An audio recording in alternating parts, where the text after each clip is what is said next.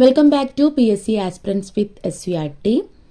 പുതിയ സിലബസ് പ്രകാരമുള്ള 10ാം ക്ലാസ്സിലെ സോഷ്യൽ സയൻസ് ഹിസ്റ്ററി പാഠഭാഗമാണ്. മുമ്പ് നമ്മൾ പാഠഭാഗം ഉൾപ്പെടുത്തി ഒരു വീഡിയോ ചെയ്തിട്ടുണ്ടായിരുന്നു. മലയാളം മീഡിയം ടെക്സ്റ്റ് ബുക്കിൽ പാഠഭാഗങ്ങളാണ് ഇതിൽ ഉൾക്കൊള്ളിച്ചിരിക്കുന്നത്. മാനവികത, സ്വാതന്ത്ര്യം, സമത്വം, സാഹോദര്യം, സാമൂഹിക വിശകലനം, സമൂഹശാസ്ത്ര സങ്കല്പത്തിലൂടെ, സമ്പത്തും ലോകവും, പൊതുജനാഭിപ്രായം, ജനാധിപത്യത്തിൽ. ആദ്യം 2 പാഠഭാഗങ്ങളും ഹിസ്റ്ററിയുമായി ബന്ധപ്പെട്ടത് തന്നെയാണ്. 3ാമത്തെ ചാപ്റ്റർ സോഷ്യോളജിയാണ്, 4 സാമ്പത്തിക ശാസ്ത്രവുമായി ബന്ധപ്പെട്ടതാണ്, 5 പൊളിറ്റിക്കൽ സയൻസ് ആണ്. എന്താണ് മാനവികത?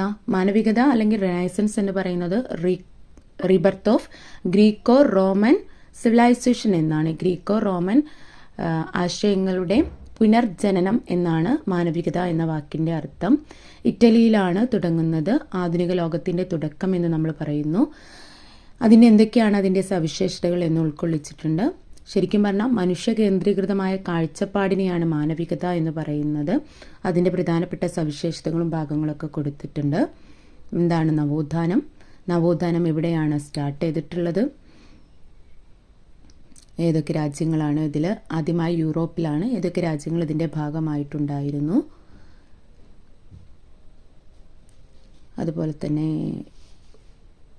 മനുഷ്യ കേന്ദ്രീകൃതമായിട്ടുള്ള ഒരു കാഴ്ചപ്പാടാണ്.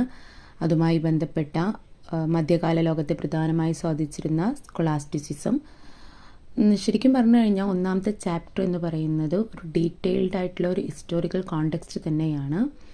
ആധുനിക ലോകത്തിൻ്റെ തുടക്കവും അതുമായി ബന്ധപ്പെട്ടിട്ടുള്ള തത്വചിന്തകന്മാരും അവരുടെ ആശയങ്ങളും ഒക്കെ തന്നെ ഡീപ്പായിട്ട് ഡിസ്കസ് ചെയ്യുന്ന ഒരു ചാപ്റ്ററാണ്. നവോത്ഥാനം ഏതൊക്കെ മേഖലകളിലേക്ക് വ്യാപിക്കുന്നുണ്ട്? കല, ചിത്രകലകൾ ഏതൊക്കെയാണ്? നവോത്ഥാന കാലത്ത് ചിത്രത്തിനുള്ള പ്രത്യേകതകൾ എന്തൊക്കെയാണ്?